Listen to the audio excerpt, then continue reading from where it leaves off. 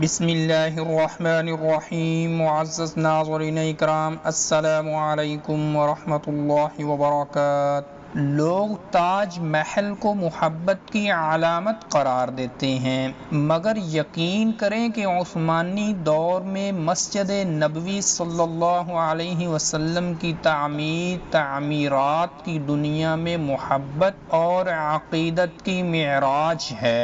معزز ناظرین، ویڈیو کو دیکھیں اور اپنے دلوں کو عشق نبی صلی اللہ علیہ وسلم سے منور کریں۔ ناظرین اکرام، ترکوں نے جب مسجد نبوی صلی اللہ علیہ وسلم کی تعمیر کا ارادہ کیا تو انہوں نے اپنی وسیع و عریض ریاست میں اعلان کیا کہ انہیں عمارت سازی سے متعلق فنون کے ماہرین درکار ہیں۔ اعلان کرنے کی دیر تھی کہ ہر علم کے مانے ہوئے لوگوں نے اپنی خدمات پیش کی۔ سلطان کے حکم سے استنبول کے باہر ایک شہر بسایا گیا جس میں اطراف عالم سے آنے والے ان ماہرین کو الگ الگ محلوں میں بسایا گیا۔ اس کے بعد عقیدت اور حیرت کا ایسا باب شروع ہوا جس کی نظیر ملنی مشکل ہے۔ خلیفہ وقت جو دنیا کا سب سے بڑا فرما روا تھا،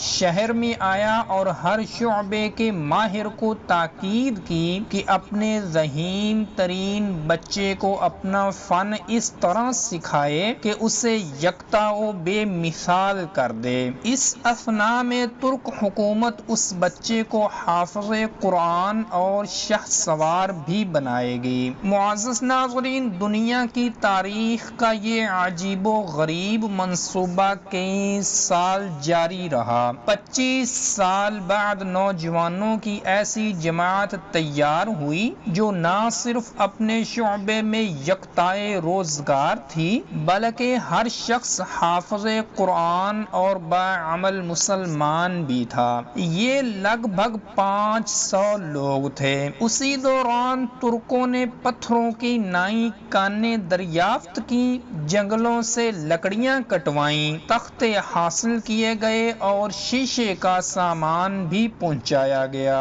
ناظرین اکرام، یہ سارا سامان نبی کریم صلی اللہ علیہ وسلم کے شہر پہنچایا گیا تو ادب کا یہ عالم تھا کہ اسے رکھنے کے لیے مدینہ سے دور ایک بستی بسائی گئی تاکہ شور سے مدینہ کا ماحول خراب نہ ہو۔ نبی صلی اللہ علیہ وسلم کے ادب کی وجہ سے اگر کسی پتھر میں ترمیم کی ضرورت پڑتی تو اسے واپس اسی بستی میں بھیجا جاتا، اور ماہرین کو حکم تھا کہ ہر شخص کام کے دوران باوضو رہے اور درود شریف اور تلاوت قرآن میں مشغول رہے۔